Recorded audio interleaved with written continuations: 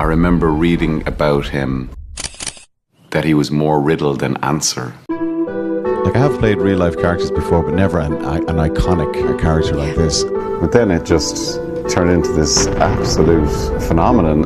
2023 was the year the world learned to pronounce Cillian, as the film Oppenheimer became a blockbuster with 13 Oscar nominations, including Best Actor for Cillian Murphy.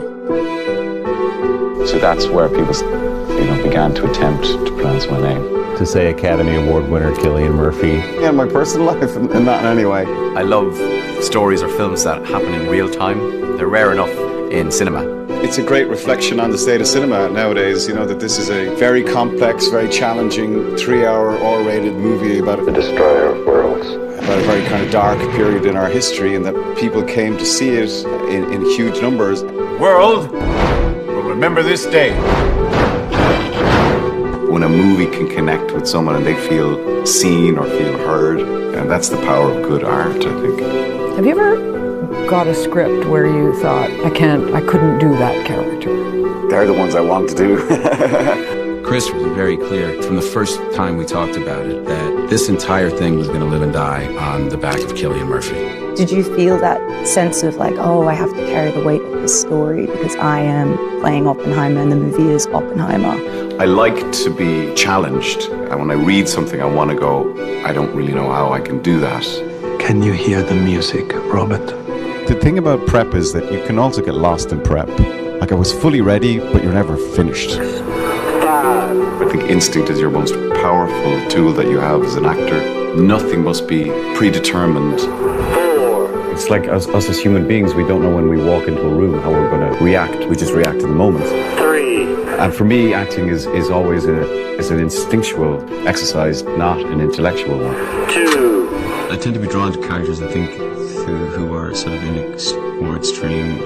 I don't know, every time I was playing those characters, they seemed to be living through terrible upheaval and strife. 1. They scream and they cry.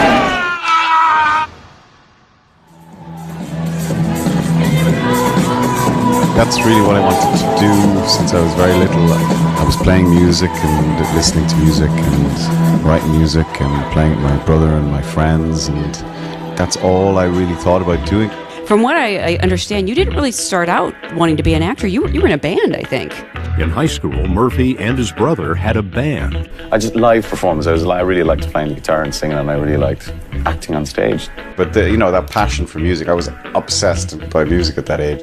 When I was 20, the band, we got offered a record deal, and my parents said, you could fuck up your life, but he can't. And then we didn't take the record deal because my brother was still in school. I foolishly decided to pursue a law degree. I didn't really go in at all, and I failed gloriously the first year. When I'd be out drinking and playing music, and then I eventually went to see a play that they put on.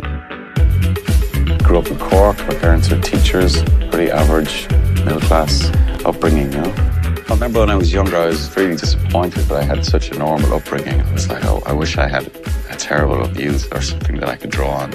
But I'd always been interested in films. I was always watching films as a kid.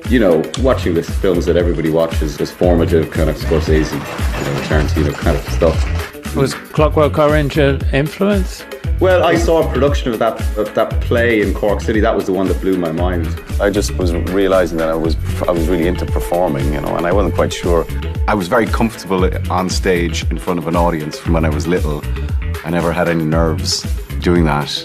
I wanted to be a theatre actor. That's what I saw happening. So then you became an actor and did fuck up your life. Yeah, exactly. Yeah. His first theater, 1996, age 20. The play was Disco Pigs, which grew to bigger theaters and became a movie. I did have a long stints of unemployment as well in between that, working in bars and working in restaurants. I was going to ask if you had to take survival jobs. I did all of that as well. And then I've done runs of plays for 8 months, 9 months. And you got to rehearse for 5 weeks, you got to preview, you got to go up on stage and do this every night, 8 shows a week, so it's quite disciplined. And why did you think you could be an actor? I didn't.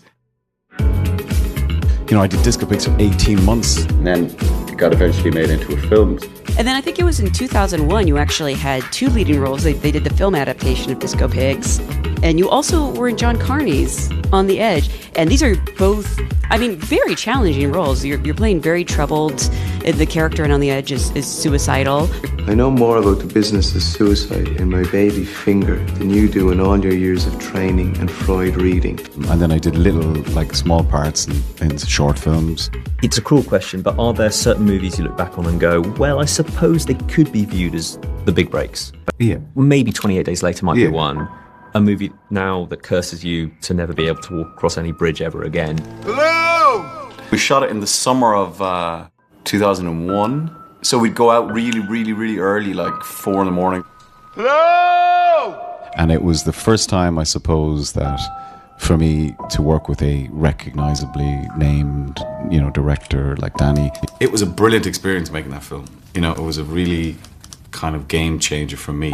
Well, the 28 Days Later thing. Oh, yeah. That was good fun. A lot of zombie action in that. A lot of zombies in that. Before 28 Days Later, there weren't really that many zombie movies. It was kind of a dead genre. And we got it, like, kind of miraculously, we got this footage. They would ask people to stop walking, and then the art department would run in and just dress it really, really quickly. And that is a film I'm very proud of, and for some reason it resonated with people, and people went to see it. I moved to London when I was quite young, and I just went over there to try and get hired. Whereabouts in London do you live? General kind of... I live in Queen's Park. I moved to London and started to get slightly bigger parts. Joe murdered my parents, and they deserve... Don't pretend you wanted to do this for them. And then Christopher Nolan saw 28 Days Later, and then auditioned me for Batman Begins. Did you at any point think, like, oh, I'm a perfect fit for this? Or did you, when you were in the Batman suit, did you think, what were your thoughts? Because I imagine that's intimidating. No, I never for a moment thought I was, material. I mean, I genuinely thought it was an absurd idea of me auditioning for Batman, but he seemed to think it was a good idea. About 10 of us went up for Batman. We were all in the Val Kilmer batsuit, and I think it was the Val Kilmer suit, which they had to adjust. Yeah, I certainly wasn't Bruce Wayne material, I don't think. Maybe could have played Bruce Wayne, but maybe not Batman. Why no Cillian Batman? Why no Irish Batman? Because there was a Christian Bale Batman. And I knew that Christian Bale was the obvious choice, and I knew that, like, I was very, very slight physically back then, and I knew that I didn't have that physicality then to kind of do it. You can't do the Batman voice without doing the Batman. And I thought that would be it. But Chris said there might be another part. What's Scarecrow? In this case, a scarecrow. He's supposed to be this sort of a psychiatrist working in an asylum. You could have fun and you could be a bit broad, and that was fun for me to do. I'd never done anything like that. That's Chris, because Chris was writing the script, so he very kindly brought me back in little bits in the second and the third one. It was wonderful fun to reprise a character. Up until that point, I'd never reprised a character. Were you a good auditioner back in the day? No, it was terrible. I mean... And I had read Breakfast on Pluto, and I'd heard a rumor that Neil was going to make it. So I pestered him to give me an audition for it. And I did a screen test where I kind of glammed up and put on makeup, and he liked the screen test and gave me the part, and we shot the movie. And auditioning is a terrible, terrible experience. No, I was terrible because I didn't have very much confidence, so that I couldn't get... I knew with work I could probably do it. I auditioned for Ken Loach like 4 or 5 times. They're very rigorous auditions and a lot of improvisations. I think he put me through about 5 auditions for that. That was a long audition process. That was like a 6 auditions I remember he put me through for that. Then I just began to pester him. How do you prep for an audition? Like, everyone walks into a room trying to figure it out. As human beings, we don't know how we're going to be. So you're always just figuring it out as we go. So I never particularly know how I'm going to play a scene before I get into it. Every time I think I know who Cillian is as an actor, he'll do something else. But you really, early on, proved you couldn't be typecast. Do you think we should go check in the cats? Yes! Have you ever considered or wanted to do comedy? I don't really get sent the scripts. Yeah, we can do this later if you want. I mean, I love watching comedies or whatever, but the films that I really, the ones that are close to my heart, I guess, are the dramatic ones, you know. And that to me is more compelling to watch. And that's, I guess, the sort of material that I'm drawn to. I'm a huge fan of your films. There's not a lot of kid-friendly work. I tend to be drawn to characters, I think, who are sort of more extreme. I don't know, every time I was playing those characters, they seemed to be living through terrible upheaval and strife.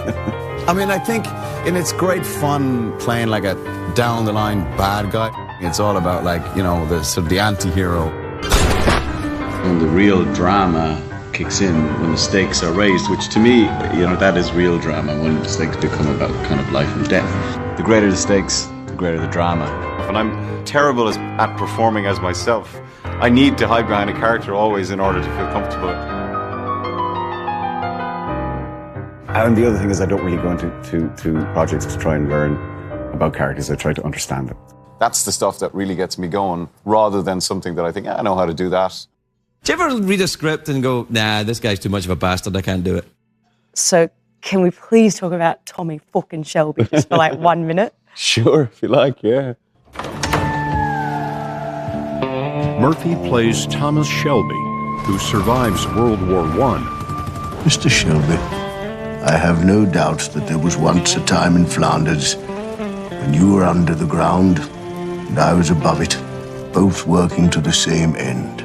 It's very clear that this is a damaged guy, and then the First World War destroyed him. But something got knocked in him, and he came back with this incredible drive and ambition, and this very funny relationship with mortality.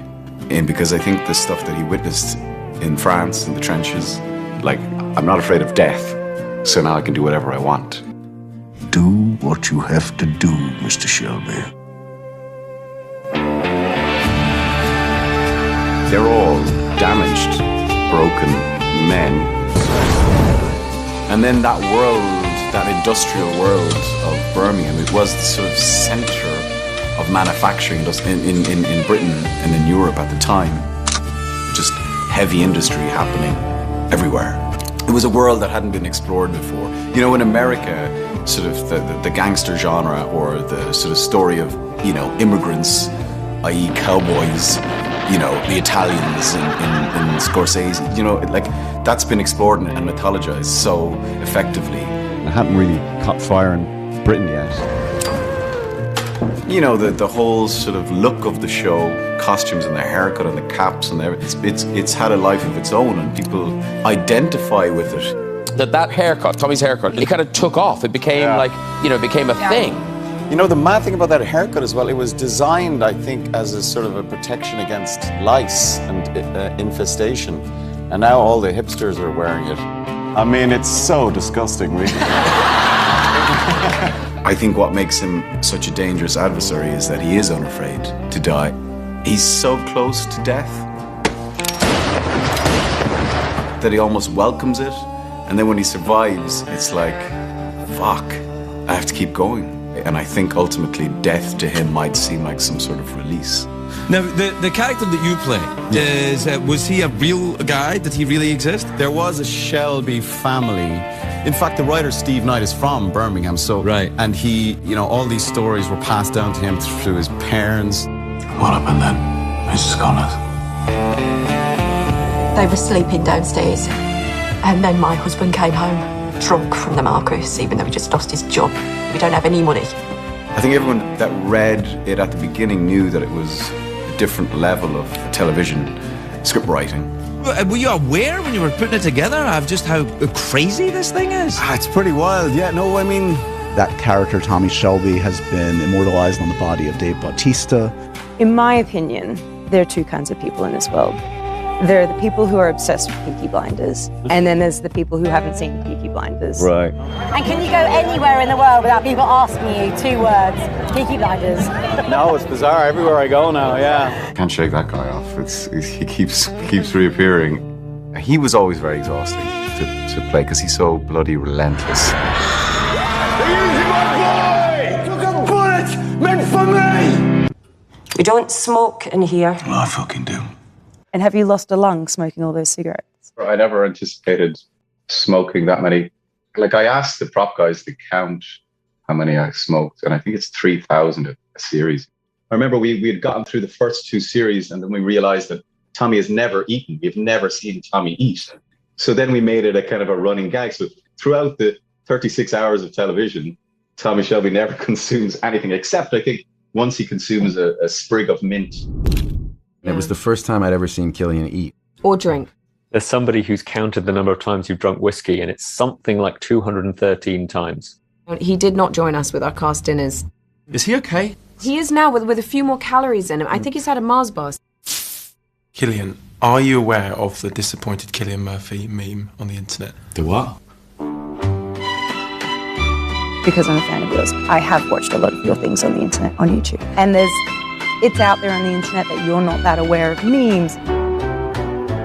Now I know that there are memes about me not knowing what a meme is. It's a great meme. You're not plugged in. This is not your world, the internet. But like, when something like that travels, how aware are you of it that like that's become a thing? My kids show me. I have teenage boys. I have 2 teenage boys. A resonant note, no fucking fighting. No fucking fighting! The meme of all memes. Yeah. You know, you love a good meme, Cillian. I think it's great. It's a great reflection on the show and on the writing and on the direction if that stuff lands like that. It gets used for every out of context, you know. Do you make a choice not to be on social media, or was that being forced on you? Too old for that, you know. After 3 decades of work, Do you watch yourself back and think, God, I'm pretty good in this? it may be awfully early in your career to ask you this question, but what would you like your legacy to be to the acting world? Oh my goodness. Don't know if I like that word legacy. Really fucking hell. You know, I've never understood that term really, movie star. I've always just felt like I'm an actor. One of the things I admire about you, Cillian, is your complete disinterest in being a celebrity or a movie star. I assumed that everybody would feel the same way that I felt. But no. No. I've always felt that if you want to inhabit somebody convincingly, that it seems sensible, that people wouldn't have an impression of you as an individual. There's not that many people who just want to come in, have a leisurely stroll around, maybe talk about Kubrick, you know. So if you can kind of keep that as background, then I think it allows you more freedom as a performer, you know. He is about the craft and not the celebrity. He's the worst celebrity in the world. Shy, not able to handle a compliment. Almost like you're uncomfortable with all the attention. Matt Damon told me that Cillian is the worst dinner companion imaginable. Does he know how good he is? When you're being the character, there's very little room in your head for anything else. Yeah. And then the other big thing for me is sleeping. I love sleeping and I need sleep. I need to sleep. As do I. Yeah, you're just not in there. You just don't have the room, like you say, in your head. I'll leave you with this ridiculous thing. Do you ever get people asking you to look right through them? I feel like he's looking ahead. He's looking off to the horizon. He's looking at what else can I do? How far can I push it? He's unparalleled. He transports you. He'll kidnap you in a scene. You can't wait to do the next thing. You're hungry. Yeah, for sure. Still hungry. Yeah. The most important commodity is time. And I can never understand when people are standing around on their phones looking at the internet or whatever the fuck. What do you do for fun? What do you like when you're just given all the free time in the world? What would you do? I mean, I have a pretty unexciting life when I haven't worked at all this year, for example. I haven't done any acting.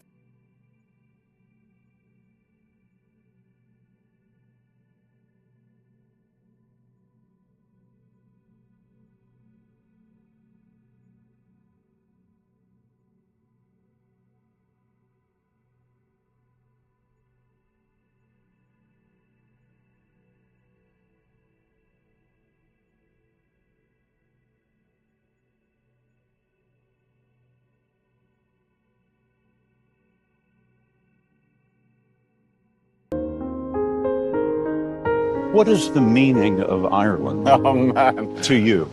I don't think I can answer that question satisfactorily. It's just home. How did your agents feel about you, taking a break from all these big Hollywood movies to go do a play in Ireland? I felt like I needed to get back on stage. What do you like about, returning to that medium? I always felt like a one-man show was kind of like the Everest of theatre. And that's what's amazing about our careers and our industry in itself, that you don't know. It changes on a phone call. It's always a surprise as to what comes up.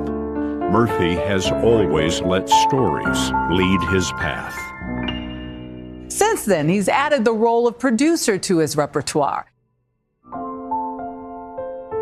I enjoy films that sort of promote or provoke a conversation. They're asking everyone to describe themselves in 3 words. Okay. Very, very tired. That's the big question as to why teachers keep doing what they do. Both my parents are retired teachers. You get very, very close to people and you get deeply involved in a character and then you move on. It's always a little heartbreaking finishing a job. People have a need to believe, and that need is fed the whole time. All religion is a foolish answer to a foolish question. I really believe that, being on stage, learning with other great actors, doing it night after night, figuring it out, rehearsals. Quite often it's the repetition, and you don't just become a good chef overnight. You become a good chef when you keep working at it for 20, 30 years. And again, it's that sort of pushing yourself and testing yourself. It just shows you never underestimate your audience, because the audience are so clever and will go with you. It's you and the audience. And I think I would have found that quite terrifying if you landed a huge role in a huge movie at 22 or something. I don't think I could have survived that. And I've said this a lot, I believe that the work of research for an actor is just being a human being in the world and not constantly going from set to hotel to film festival to awards thing or whatever. You just need to be living. That's your research, and interacting with other human beings and just observing people and being in the world. So I'm a big fan of just being in the world as a normal person,